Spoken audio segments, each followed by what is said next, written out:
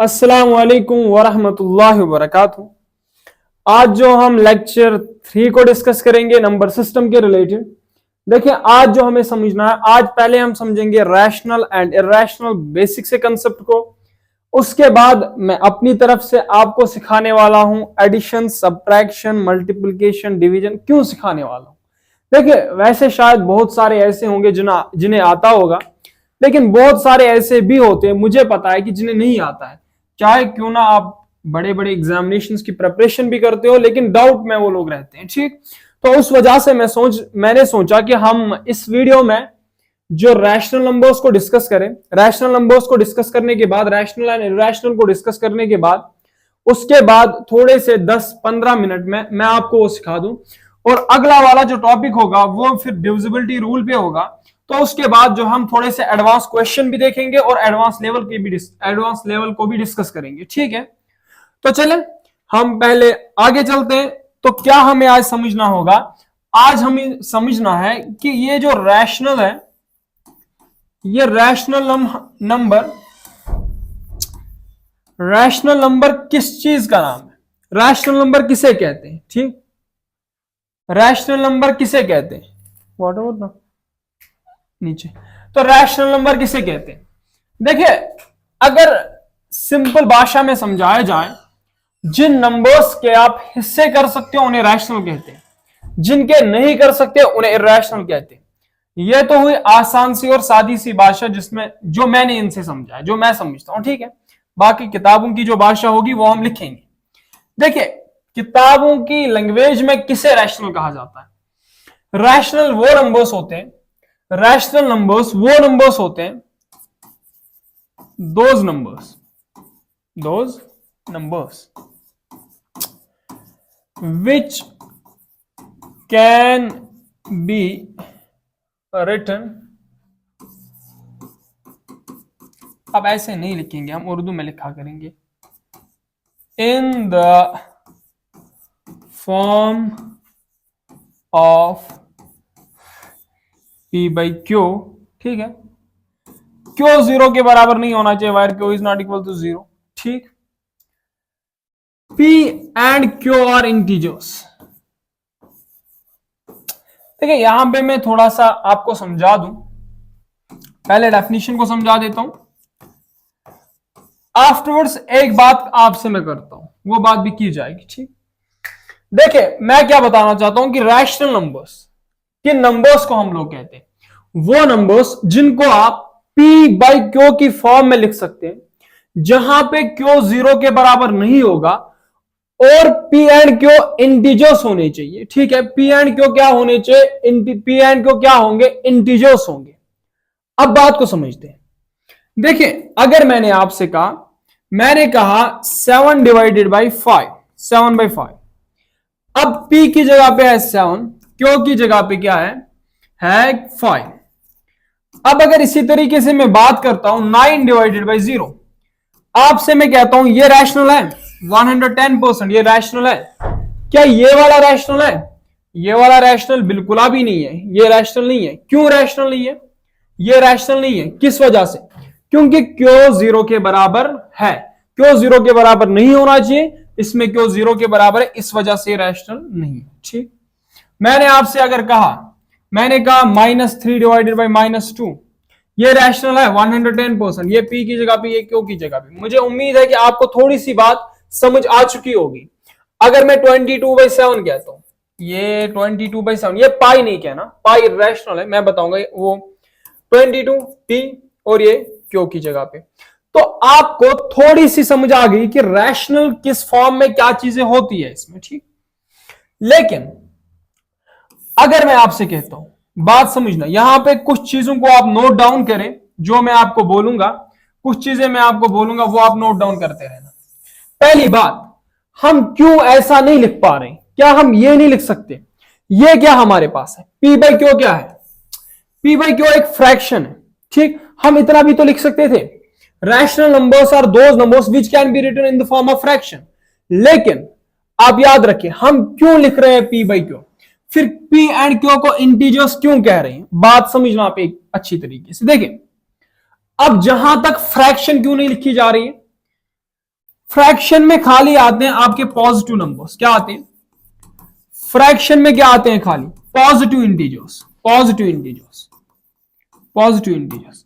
लेकिन रैशनल और इरैशनल में तो आपके पास ये भी आता है ना, -5 डिवाइड बाई -2, ये तो नेगेटिव इंटीजर्स है। -6 डिवाइड बाई -8, -6 डिवाइड बाई 8।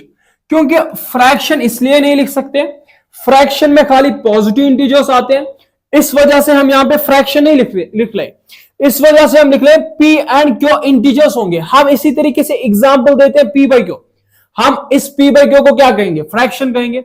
लेकिन अगर हमने फ्रैक्शन कहा होता तो पॉजिटिव इंटीजर्स की डिस्कशन होती। हमने पी बाई क्यू कहा और पी एंड क्यू को इंटीजर माना, ठीक, ये है तो पी एंड क्यू को क्या माना? इंटीजर माना। क्यों? बात समझ में आ गई आपको? अब यहां पे पी बाई क्यू ही नहीं लिख सकते। आपने लिखा, फॉर एग्जाम्पल अगर मैं कोई नाम लेता हूं, मैं कहता हूं मोहसिन, ठीक है, फैसल। देखिए मैं अगर इस तरीके से भी लिख सकता हूं, मैं देखिए ये बात आप याद रखना कि आप इस तरीके से भी इसको रैशनल नंबर की डेफिनेशन दे सकते हैं। आप देख सकते हैं those numbers which can be written in the form of Mohsin by Faisal, Mohsin by Faisal and Faisal is not equal to 0। ये भी एक डेफिनेशन हो गई rational. And where Mohsin and Faisal are integers, तो ये भी एक डेफिनेशन हो गई। पी बाई क्यू हो, ए बाई बी लिखो, सी बाई डी लिखो, व्हाटसोएवर, ठीक, कुछ भी। ये बात समझ में आ गई। इसके आगे मैं आपसे बात करना चाहता हूं। देखिए मैंने आपको एग्जांपल्स दी, मैंने कहा कि 5 डिवाइड बाई 6 ये रैशनल होगा, ये पी और ये क्यू। फिर मैंने आपसे कहा 7 डिवाइड बाई 0 ये रैशनल नहीं होगा। रीजन ये है कि ये 0 के बराबर है। 7 क्या है? 7 0 के बराबर है, ठीक। अब थोड़ा सा 7 0 के बराबर है तो यहां पे पी और क्यू जो है वो 0 के बराबर है, तो इस वजह से रैशनल नहीं होगा। अब पहला थोड़ा सा पहले मैं आपसे ये बात कहूं, ये 0 के बराबर क्यों नहीं होना चाहिए?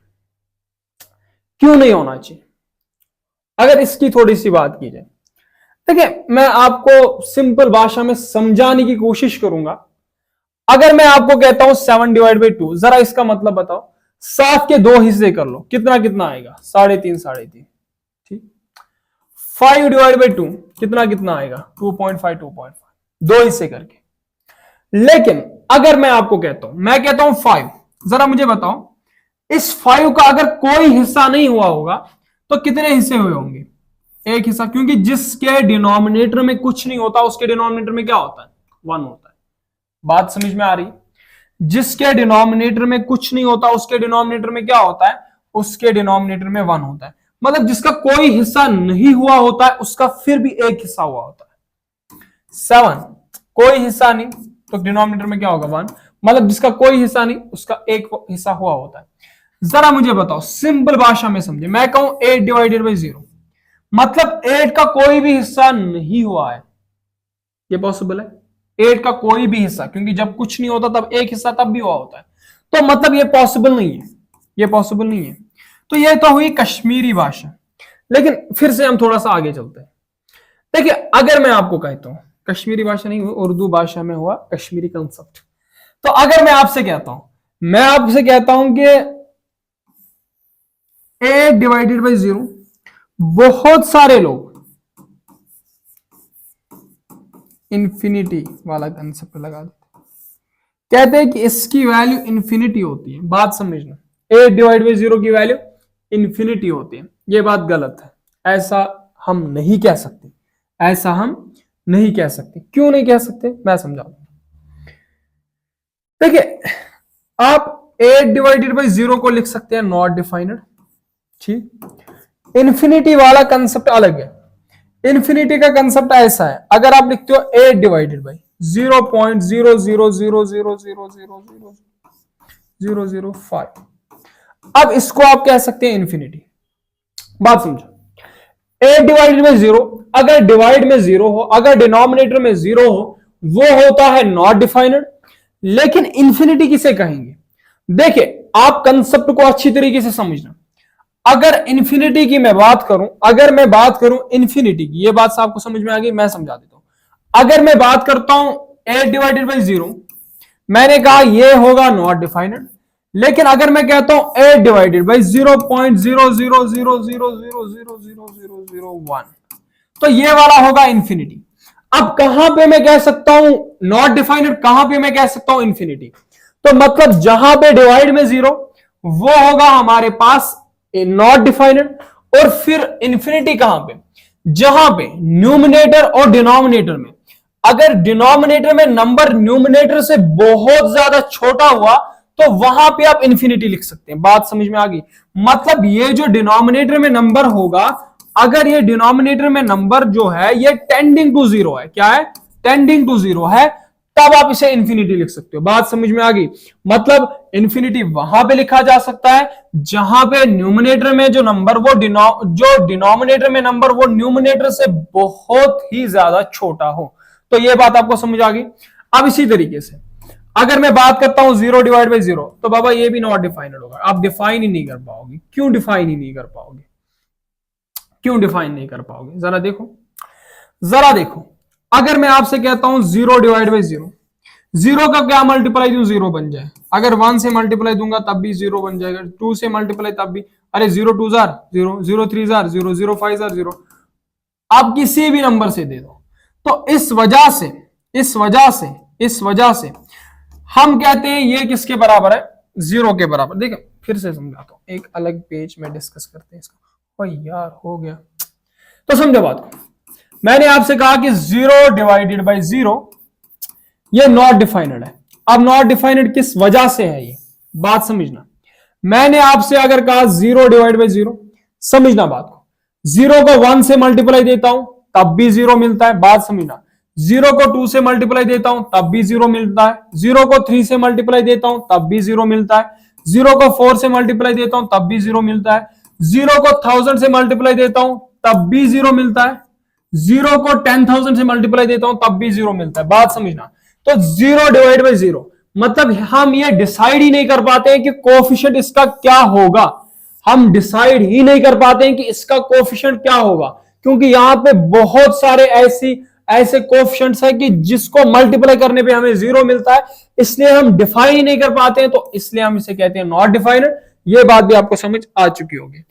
अब एक बात याद रखना, देखिए जो मैंने ये रैशनल का कंसेप्ट आपको बताया ना, रैशनल का कंसेप्ट कि नंबर्स की आप हिस्से कर सकते हो। देखिए रैशनल नंबर्स की जो डेसिमल एक्सपेंशन होती है, अब किसी बंदे का ये डाउट होगा कि व्हाट्स डेसिमल एक्सपेंशन, हम किस चीज को डेसिमल एक्सपेंशन कहते हैं, हम किसको क्या कहते हैं, डेसिमल एक्सपेंशन कहते हैं। बात समझे, बात समझे, बात समझे, बात समझे। अब बहुत सारे बच्चों का डाउट होगा, मैंने डेसिमल एक्सपेंशन की बात की, मैंने कहा कि जो रैशनल नंबर्स होते हैं ना, हम किन को रैशनल नंबर्स कहते हैं, मतलब उनकी डेसिमल एक्सपेंशन क्या होगी।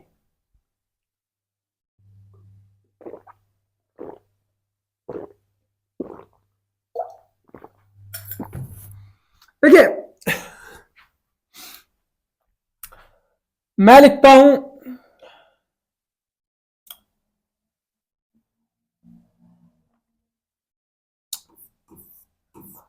10 डिवाइड बाई 3 क्या होगा, 3 3 जार 9, ऐसे ही कर देना। तो 10 में से 1 आ जाएगा 0, जब 0 आता है तो यहाँ पे पॉइंट आता है, 3 3 जार 9, फिर से 1 आ जाएगा, 0 आ जाएगा, यहाँ 3 3 जार 9 आ जाएगा 1। ये वाला जो कोफिशिएंट हमारे पास है इसे हम कहते हैं डेसिमल एक्सपेंशन। जब डेसिमल्स में कोफिशिएंट आ जाए उसे कहते हैं डेसिमल एक्सपेंशन। अब बात समझे, अब आप बात समझे, बात समझे, बात समझे। अब इस डेसिमल एक्सपेंशन की मैं बात कर रहा हूं। अब अगर हमारे पास रैशनल नंबर होगा, क्या होगा, एक रैशनल नंबर अगर है, ये रैशनल नंबर जो हमारे पास है, अब इसकी जो डेसिमल एक्सपेंशन है वो किस तरह की हो सकती है, रैशनल नंबर्स की डेसिमल एक्सपेंशन किस तरह की हो सकती है। देखिए रैशनल नंबर्स की डेसिमल एक्सपेंशन दो तरह की होती है। किस तरह की, दो तरह की, या तो होगी टर्मिनेटिंग, या तो क्या होगी, टर्मिनेटिंग। मतलब जितने भी नंबर्स की डेसिमल एक्सपेंशन होगी टर्मिनेटिंग, उन्हें हम कहते हैं रैशनल। क्या मतलब टर्मिनेटिंग, मतलब खत्म हो जाना। जैसे मैं कहूं 2.5 खत्म हुई, इसके आगे नहीं है, तो ये होगा रैशनल नंबर। 5.6 खत्म हुआ, 7.9999992 रैशनल नंबर। डेसिमल एक्सपेंशन खत्म हो रही है तो रैशनल नंबर। मतलब जितने भी नंबर्स की डेसिमल एक्सपेंशन खत्म हो रही है उन्हें कहते हैं रैशनल। अब अगर बात करता हूं मैं कि अब दूसरा टाइप कौन सा है, ये तो टर्मिनेटिंग डेसिमल एक्सपेंशन हुई। अब दूसरा जो है वो है नॉन टर्मिनेटिंग बट रिपीटिंग। क्या है? नॉन टर्मिनेटिंग, खत्म नहीं हो रही है, खत्म नहीं हो रही है, बट पीरियोडिक है, मतलब रिपीटिंग है। बट क्या है? रिपीटिंग। क्या मतलब? देखिए बात समझ। अगर मैंने आपको कहा 6.555555 डॉट डॉट डॉट, देखिए यहां पे जैसे 3.333, ऐसी डेसिमल एक्सपेंशंस जो खत्म नहीं हो रही है, मतलब ये 5 रिपीट होता जा रहा है। जैसे मैंने ये डॉट डॉट डॉट, आप समझना कि नॉन इनफाइनाइट, मतलब ये खत्म ही नहीं हो पा रहा है। तो ये 5 रिपीट होता जा रहा है, ये भी रैशनल होगा। वो नंबर्स जिनकी decimal expansion non terminating repeating होगी वो भी रैशनल है। आप इसी को लिख सकते हैं 6.5 बार। इस बार का मतलब है ये 5 रिपीट हो रहा है, जितने नंबर्स पे बार होगा वो रिपीट हो रहे हैं। जैसे मैंने कहा 7.952 बार है, ये तीनों नंबर्स रिपीट हो रहे हैं।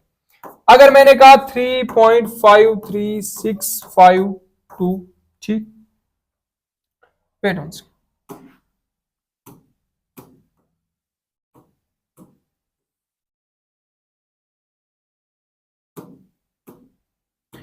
अगर मैंने कहा 3.252525, अब डेसिमल एक्सपेंशन नॉन टर्मिनेटिंग, लेकिन क्या है, रिपीटिंग है, ये रिपीट होता जा रहा है, नॉन टर्मिनेटिंग रिपीटिंग। आप इसको ऐसे भी लिख सकते हो, मतलब ये वाले नंबर्स और ये वाले नंबर्स होंगे रैशनल। अब बात करते हैं इरैशनल की। देखिए अब इरैशनल की मैं यहाँ पे वो फजूल वाली डेफिनेशन नहीं लिखाऊंगा, वो आप थोड़ा सा खुद मैनेज। इरैशनल वो नंबर्स इरेशनल के नहीं कहेंगे, those numbers which can't be written in the form of p by q where p is not equal q is not equal to 0, कुछ भी वैसा, ठीक। वो डेफिनेशन आप उससे जो लिखे नहीं जा सकते ना उस फॉर्म में, p by q की फॉर्म में, अब डेफिनेशन लिखाना उसके लिए भी वो थोड़ी सी अजीब बात होती है, छोटे बच्चे तो उतने हो नहीं। तो इरेशनल की बात कर रहे हैं, वो नंबर्स जिनको हम क्या नहीं लिख सकते, p by q की फॉर्म में नहीं लिख सकते, उन्हें कहते हैं इरेशनल। अब इस इरेशनल नंबर्स को डिस्कस करेंगे। अब इरेशनल को हमने पहले तो समझा, जिन्हें p by q की फॉर्म में नहीं लिख सकते। अब ये कौन से नंबर्स ऐसे हैं जिन्हें नहीं लिख सकते, ये डिस्कशन है, ठीक। बात समझना, वो नंबर्स इरेशनल नंबर्स वो नंबर्स होते हैं, जैसे पहले मैं एग्जांपल दूं। अगर मैंने आपसे √5 का इरेशनल है, जैसे पाई की बात की ना, पाई भी एक इरेशनल है। जो आप पाई की वैल्यू 22/7 वो अप्रोक्सीमेट लिया जाता है, वो वैल्यू एग्जैक्ट नहीं है, ये एग्जैक्ट वैल्यू है ही नहीं। तो मतलब पाई भी क्या है, हमारे पास एक इरेशनल है। जैसे मैं √5 की बात करूं तो इरेशनल है, मैं √2 की बात करूं तो इरेशनल है, √25 की बात करूं तो रैशनल है।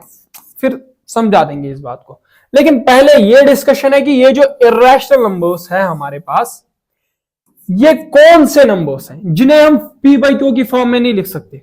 सिंपल सा, जिन नंबर्स की डेसिमल एक्सपेंशन नॉन टर्मिनेटिंग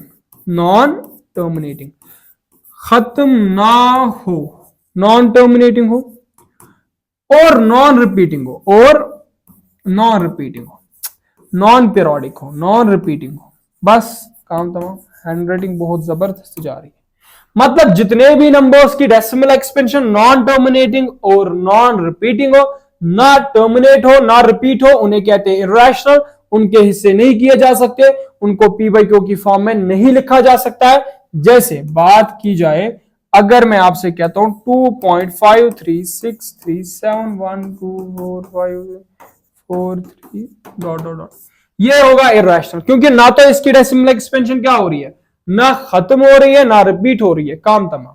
जैसे कहा 3.145231678 खत्म, ये भी इरेशनल होगा क्योंकि डेसिमल एक्सपेंशन नॉन टर्मिनेटिंग और नॉन रिपीटिंग है। अब आगे चलते हैं, देखिए अब थोड़ा सा आपको मैं समझा देता हूं। अगर हमारे पास ऐसे नंबर्स है, मैंने √2 को इरेशनल का किस बेसिस पे कहा, जब आप √2 की वैल्यू फाइंड करते हैं तो वो वैल्यू जो होती है, अगर √2 की आप वैल्यू फाइंड करते हैं, आप 1.41 कुछ भी इस तरीके से लेते, इसकी जो वैल्यू आती है ना, वो नॉन टर्मिनेटिंग नॉन रिपीटिंग आती है, इसी वजह से इरेशनल होता है। अगर मैं अंडर रूट 5 की बात करूं तो 2 पॉइंट कुछ इस तरह से, मुझे तो नहीं पता, आप कैलकुलेटर यूज करके देख सकते हो। 2 पॉइंट फिर इस तरीके से नंबर्स आते हैं, ये नंबर्स आपके नहीं होते हैं खत्म, तो इस वजह से अंडर रूट 5 होता है इर्रेशनल। अगर मैं बात करता हूं अंडर रूट 27 की, देख लेना, अंडर रूट 27 को देखोगे तो इसकी जो वैल्यू आएगी जैसे कि आएगी 5 पॉइंट कुछ ऐसे, 5 पॉइंट, फिर उसके बाद देख लेना वो मेथड, लॉन्ग डिवीजन मेथड आता है, वो यूज करके निकाली जा सकती है, या तो कैलकुलेटर से निकाल दो, कोई मसला नहीं। तो ये जो नंबर्स है ये इर्रेशनल है, मतलब कुछ ऐसे नंबर्स जिनकी डेसिमल एक्सपेंशन नॉन डोमिनेटिंग और नॉन रिपीटिंग हो, उन्हें कहते हैं हम इर्रेशनल। जैसे यहां पे मैंने कहा under root 2, under root 5, under root 27, पाई की वैल्यू भी इसी तरीके से होती है, वो खत्म भी नहीं होती, रिपीट भी नहीं होती, तो इर्रेशनल कहलाया जाएगा। अब अगर मैं बात करता हूं, देखिए अब कैसे मुझे पता चले, जैसे अब वो तो बात छोड़ो ना, थोड़ा सा आप उस कंसेप्ट को ज्यादा हम नहीं छेड़ते हैं, उस कंसेप्ट को हम ज्यादा नहीं छेड़ेंगे। किस कंसेप्ट को, मतलब ज्यादा तो डेप्थ में नहीं ना भी जाए, लेकिन फिर भी ऊपर ऊपर से थोड़ा सा पता होना चाहिए कि अंडर रूट में कौन से नंबर्स, किस तरीके से हमें पता चले अंडर रूट वाले नंबर्स अगर हमारे पास हो, हम उन्हें रैशनल कहें या इर्रेशनल कहें, किस तरीके से हमें पता चले। देखें उस कंसेप्ट को समझाने के लिए मैं समझा रहा हूं आपको परफेक्ट स्क्वायर नंबर, बात समझना, और समझा रहा हूं नॉन परफेक्ट स्क्वायर नंबर। बस ये दो नंबर्स के टाइप आप समझ लो थोड़ा सा, मैं आपको फिर समझा दूंगा अंडर रूट में आप किस तरीके से डिसाइड कर सकते हो रैशनल है कि इर्रेशनल। परफेक्ट स्क्वायर नंबर किसे कहते हैं, वो नंबर जो किसी नंबर को खुद के साथ मल्टीप्लाई करने पे मिले।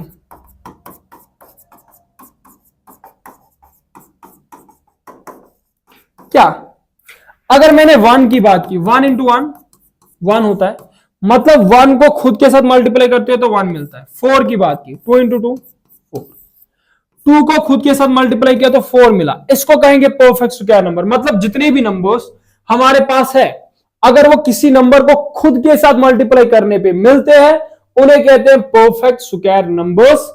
अगर नहीं मिलते हैं तो नॉन परफेक्ट स्क्वायर नंबर्स। मतलब अब यही वाली चीज आप यहां पे यूज करके, अगर नहीं मिलते हैं, इसी चीज का यूज करके, अगर नहीं मिलते हैं बस ना मिले, अगर नहीं मिलते हैं तो ना मिले, मतलब उन्हें कहा जाएगा नॉन परफेक्ट स्क्वायर नंबर। ठीक, तो बात समझे। अब यहां पे नॉन परफेक्ट में कौन आएगा, मैंने आपसे 2 की बात की, जरा कोई ऐसा नंबर बताओ खुद के साथ मल्टीप्लाई करो, 1 इंटू 1 1, 2 इंटू 2 4, क्या कोई नंबर ऐसा है जिसे खुद के साथ मल्टीप्लाई करे 2 मिल जाए ना, तो इसलिए ये नॉन परफेक्ट स्क्वायर नंबर। 3 की बात करूं, कोई ऐसा नंबर, हाँ तो अब 3 की बात की, कोई ऐसा नंबर जिसे खुद के साथ मल्टीप्लाई करे तो 3 मिल जाए, तो 2 इंटू 2 4, 1 इंटू 1 नहीं है, तो मतलब irrational. 7 sorry irrational non perfect. 7 8 की बात, कोई ऐसा नंबर जिसे खुद के साथ मल्टीप्लाई करो तो 8 मिल जाए, 1 इंटू 1 1, 2 इंटू 2 4, 3 इंटू 3 9, नहीं मिलता है। तो अब इसकी बात कह रहा हूं, अब यहां से देखो, मैं अगर आपसे कहूं 9, 3 इंटू 3 9, अगर मैं कहता हूं 16, 4 इंटू 4 16, अगर मैं कहता हूं 25, 5 इंटू 5 24, बात समझ में आपके आ गई। यहाँ पे देख लो 11 देख लो, 13 देख लो, 6 देख लो, है 2 3 6 होता है, मैंने कहा सेम नंबर को खुद के साथ मल्टीप्लाई करने पे। अब अगर देखते हो 2 इंटू 2 वो होता है 4, 3 इंटू 3 वो होता है 9, तो मतलब नहीं मिल पाएगा। तो इस वजह से जो है हम क्या कह रहे हैं, इस वजह से अगर हम आगे जाएंगे तो ये नॉन परफेक्ट स्क्वायर नंबर और परफेक्ट स्क्वायर नंबर मैंने आपको थोड़ा समझाया। तो जब मैं आपको स्क्वायर एंड स्क्वायर रूट्स वाला पढ़ाऊंगा तो उसमें जो है आपको मैं अच्छी तरीके से समझाऊंगा, लेकिन यहां पे फिर भी आप देखना, आप खुद जो है 100 नंबर्स तक देखना, या 100 क्या देखोगे आप जाके देखना, 100 नहीं 500 तक कि परफेक्ट स्क्वायर नंबर्स और नॉन परफेक्ट स्क्वायर नंबर्स, वो आप कैलकुलेट करना, खुद आपका होमवर्क है, तो मैं जब पढ़ाऊंगा तब मैं समझा दूंगा। ठीक, अब इसके आगे देखिए, बात याद रखना, अगर अंडर रूट के अंदर मुझे ये चीज समझानी थी, इसीलिए मैंने वो चीज समझा दी, ठीक है, क्योंकि आप हो ना अपकार। तो अगर अंडर रूट के अंदर होता है नॉन परफेक्ट स्क्वायर नंबर तो वो होगा IR, मतलब इर्रेशनल।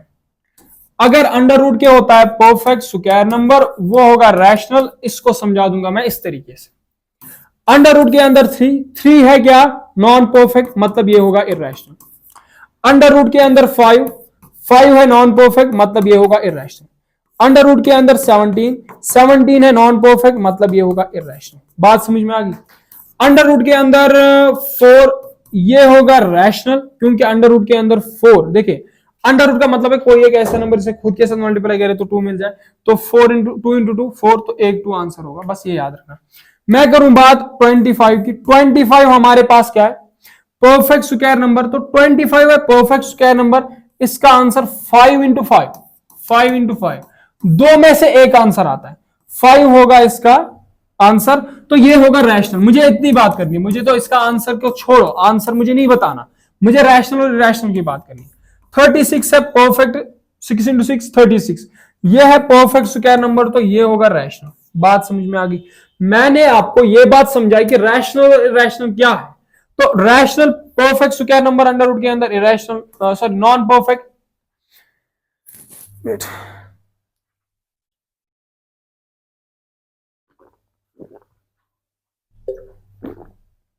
कितने मिनट्स का होगा, 27। शुड भाई क्लोज करो, यही टॉपिक बता के फिर अगले वाले टॉपिक में बाकी डिस्कस होंगे। तो देखिए, अगर अंडर रूट के अंदर हो नॉन परफेक्ट स्क्वायर नंबर तो उससे कहते हैं क्या, वो होगा इरैशनल। अगर परफेक्ट स्क्वायर नंबर तो उसे कहते हैं वो होगा रैशनल। यहां तक हमने डिस्कशन की। अब लास्ट वाले पॉइंट को मैं डिस्कस करता हूं। देखिए, यही rational numbers plus irrational numbers को अगर मैं मिलाता हूं, यहां पे बनते हैं रियल नंबर्स। क्या बनते हैं, रियल नंबर्स। मतलब अब ये पूरा का पूरा सेट है। अब बचे इमेजिनरी, उनको छोड़ो, वो है कॉम्प्लेक्स वाली की दंदग, तो सुथे पत्थर। तो रियल नंबर्स के लिए कहती हूं, अगर रैशनल और इरैशनल को मिलाते हैं वहां पे बनते हैं रियल नंबर्स। अगर आपसे पूछा जाए रियल नंबर्स की एग्जांपल दो, तो आप क्या दोगे, आप कह सकते हो ना 4, 5, पाई। अरे पाई अब इरैशनल हो तो रियल तो होगा। अंडर रूट 2 रियल होगा, इरैशनल है लेकिन रियल तो है ना, क्योंकि रियल में इरैशनल भी आते हैं, irrational. 5 under root 25, 7 6 7 divided by 2, कुछ भी ऐसा लिख लो बस। 0.5 0.2 5 6 3 9 4 2। तो बात समझ में आ गई। यहां तक की हमने डिस्कशन की।